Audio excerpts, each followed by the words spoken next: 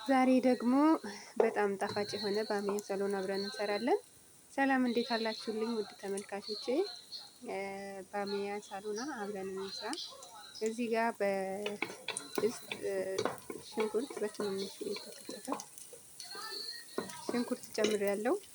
በመጀመሪያ ግን ያው በጋለ መጥበሻ ላይ ሰመን ጨምሬ ነው። ትንሽዬ ዘይት እና ሰመን ጨምሬ ሽንኩርት እያበሰልኩኝ ነው።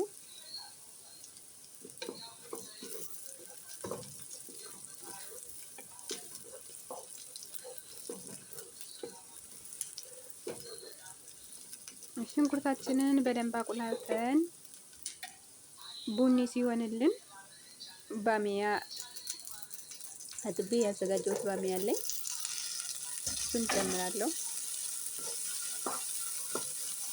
ባሚያውን ደግሞ ከሽንኩርቱ ጋር በደንብ ልት አደርገዋለሁ እንዲጣፍጥ ማለት ነው።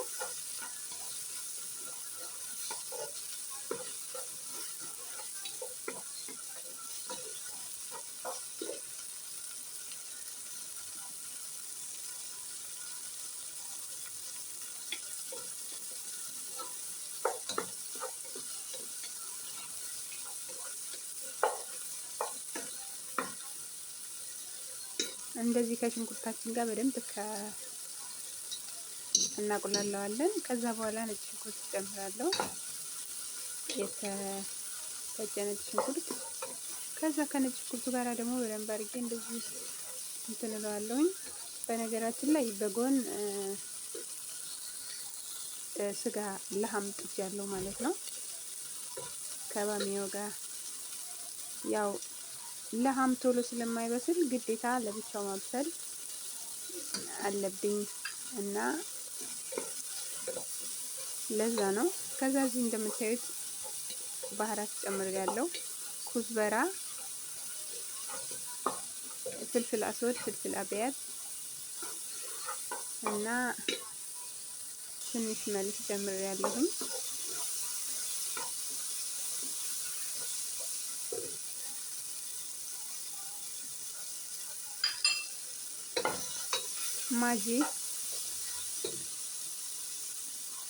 ማጂም የበለጠ ጣዕም እንዲኖረው ማጂ ጨምሬያለሁ። ከዛ በኋላ ሰንሰ ጨመርኩኝ።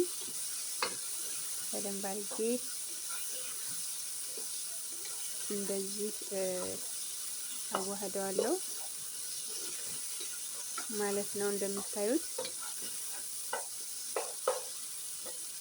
ያው በነገራችን ላይ ባሚያ በተለያየ አይነት ስራ ይሰሩታል። ያው የሁሉም የቤት ሙያ ይለያል ማለት ነው።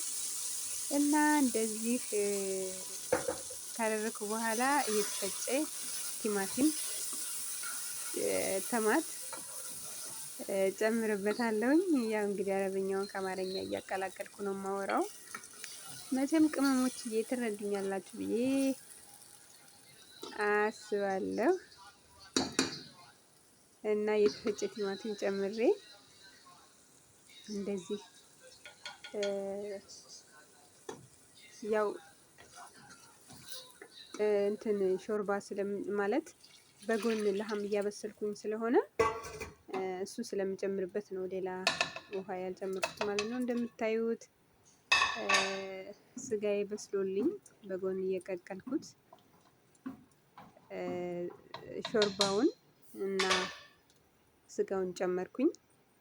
ከዛ በኋላ በደንብ አድርጌ አብሬ ደግሞ አቀላቅለዋለሁ ማለት አዋህደዋለሁ። አዋህጄ በደንብ አንተከትከዋለሁ ማለት ነው። ከዛ እንደምታዩት ትንሽዬ ስኳር ጨምሬያለሁ። ስኳር የጨመርኩት ያው እንትን ቃር እንዳያቀራቸው ነው ማለት ነው። ከዛ ባሚያችን በዚህ አይነት መልኩ ደርሶልናል ማለት ነው። ስለተከታተላችሁኝ ከልብ አመሰግናለሁ። ባይ ባይ። አስተያየታችሁን በኮሜንት ላይ ጻፉልኝ። አዲስ ጀማሪ ነኝ። አበረታቱኝ ውድ እህቶቼ። አመሰግናለሁ። ባይ ባይ።